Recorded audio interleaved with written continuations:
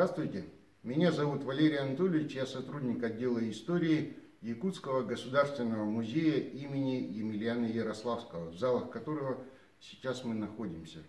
Тема сегодняшней лекции – Якутская автономная Советская Социалистическая Республика в годы Великой Отечественной войны. И, конечно, победа одна на всех.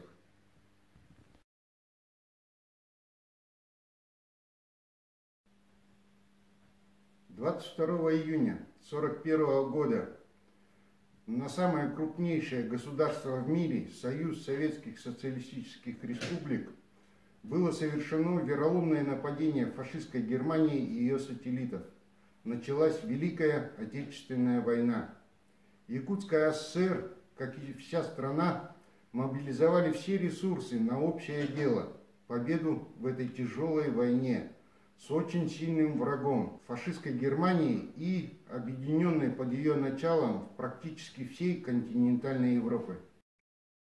В первые дни Великой Отечественной войны на предприятиях, в учреждениях, в колхозах республики проходили митинги и собрания, на которых жители Якутии выражали готовность отдать все силы для защиты страны.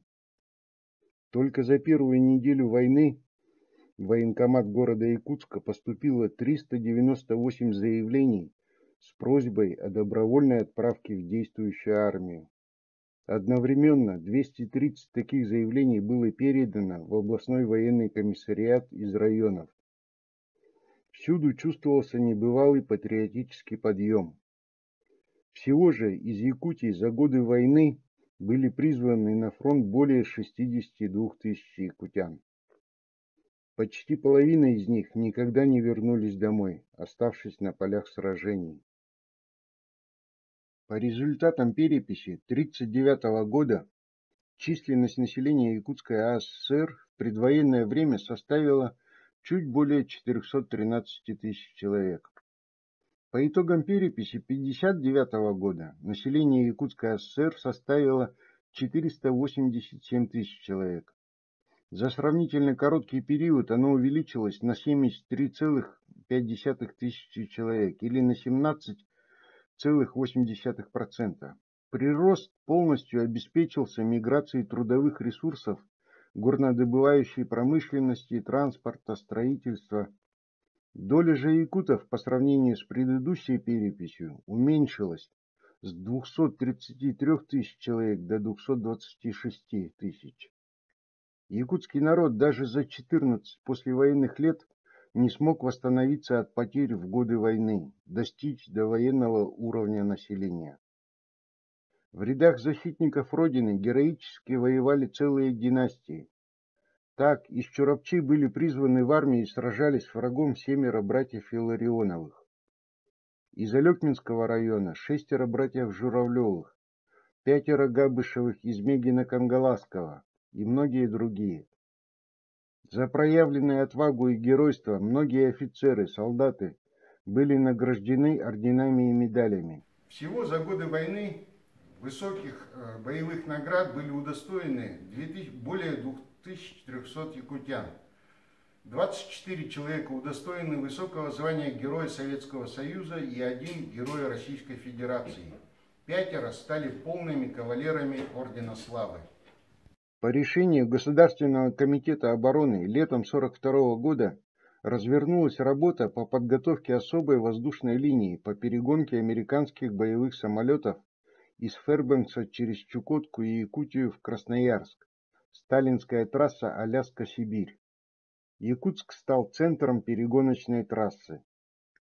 За время войны Советский Союз получил из США по ленд-лизу 14 126 самолетов. Из них по трассе Аляска-Сибирь через Якутию было перегнано 8074 самолета. Война для Якутии, как и для всей страны, стала тяжелым испытанием. Развернулось всенародное движение в помощь фронту. По всей республике начался сбор средств в фонд обороны.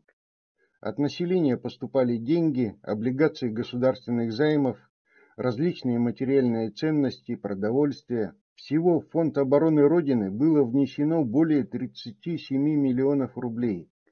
на 59 миллионов рублей облигаций государственных займов, золотые и серебряные украшения. И это, учитывая преобладание сельского населения, при средней стоимости трудодня колхозника около 1 рубля. Некоторая часть колхозников и этой оплаты не получали. Сбор средств на строительство боевой техники проходил как боевая демонстрация единства фронта и тыла. На добровольные пожертвования были построены и переданы армии 2 танковые колонны, Советская Якутия, Алданский горняк и 3 эскадрильи боевых самолетов, комсомолец Джукджура, советский полярник, медицинский работник. За годы войны трудящиеся Якутии отправляли на фронт тысячи посылок с теплыми вещами, праздничными подарками. В январе 1943 года от имени советских вооруженных сил Верховный главнокомандующий Иосиф Виссарионович Сталин прислал якутскому обкому ВКПБ и Совнаркому Якутской АССР телеграмму: передайте трудящимся Якутской автономной Советской Социалистической Республики, собравшим средства на строительство танковой колонны Советская Якутия, мой братский привет и благодарность Красной Армии. А бойцы и офицеры гвардейской воинской части, которым была передана эта боевая техника, писали трудящимся Якутии: сегодня мы получили грозную боевую технику, приобретенную вами на свои трудовые сбережения.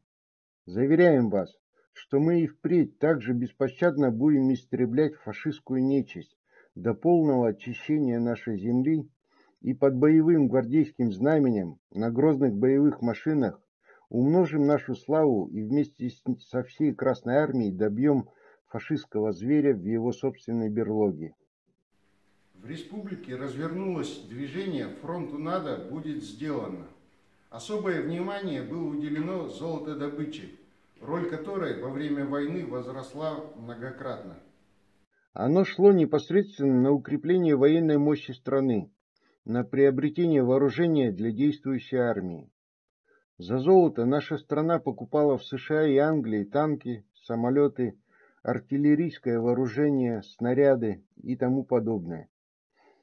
Якутия, как один из крупнейших золотоносных районов Союза, обладающий громадными ресурсами как рассыпного, так и рудного золота, сыграла в этом большую роль.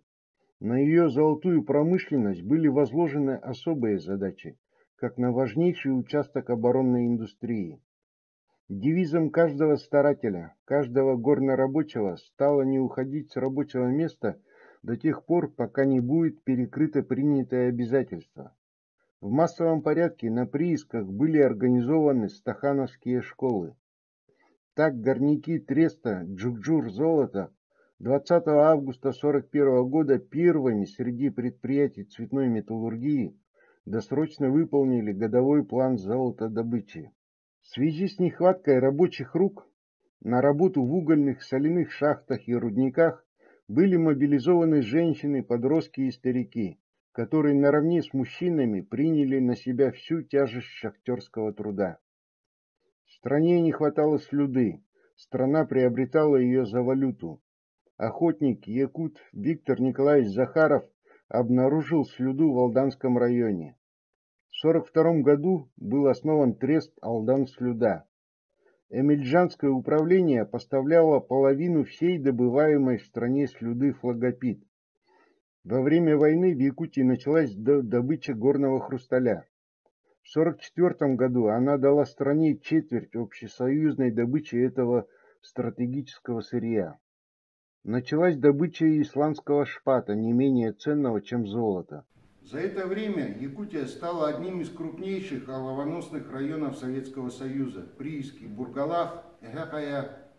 Дальнейшее развитие получили лесная и угольная промышленность.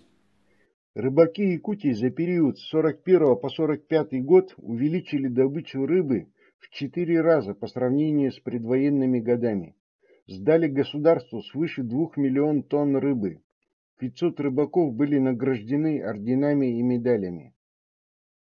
Несмотря на нехватку рабочих рук, засуху, труженики села сдали пушнины на 87,5 миллионов рублей. 122 тысячи центнеров мяса и 584 тысячи гектолитров молока, 2 миллиона 238 тысяч пудов зерна. Якутские лошади, как и люди, воевали и работали для победы. Более 8 тысяч голов через фонд «Лошадь Красной Армии» пополнил ряды военных подразделений – кавалерии, артиллерии, обозные. Помимо военной мобилизации, около 27 тысяч лошадей отправлено для западных районов страны, освобожденных от оккупации, на восстановление разрушенного хозяйства. Почти 20 тысяч голов для нужд промышленности, в частности золотодобывающей. Мобилизовались они и для грузоперевозок. По данным Государственного комитета по статистике Республики Саха, в 1941 году в Якутской АСР насчитывалось 193 тысячи лошадей, в 1945 году 124 тысячи. Для сравнения, в 1917 году в Якутии насчитывалось 133 тысячи лошадей, то есть за 24 года их поголовье возросло на 60 тысяч, а за 4 военных года мы потеряли 69 тысяч. Победа нашей стране досталась тяжелым трудом. Сегодня трудно представить, чего она стоила якутянам. Почти каждый второй не вернулся с фронта. Еще около 60 тысяч жизней унесли в могилу тяжелый труд, засуха и неурожай 41-42 годов, голод и болезни в тылу. Такова цена нашей победы.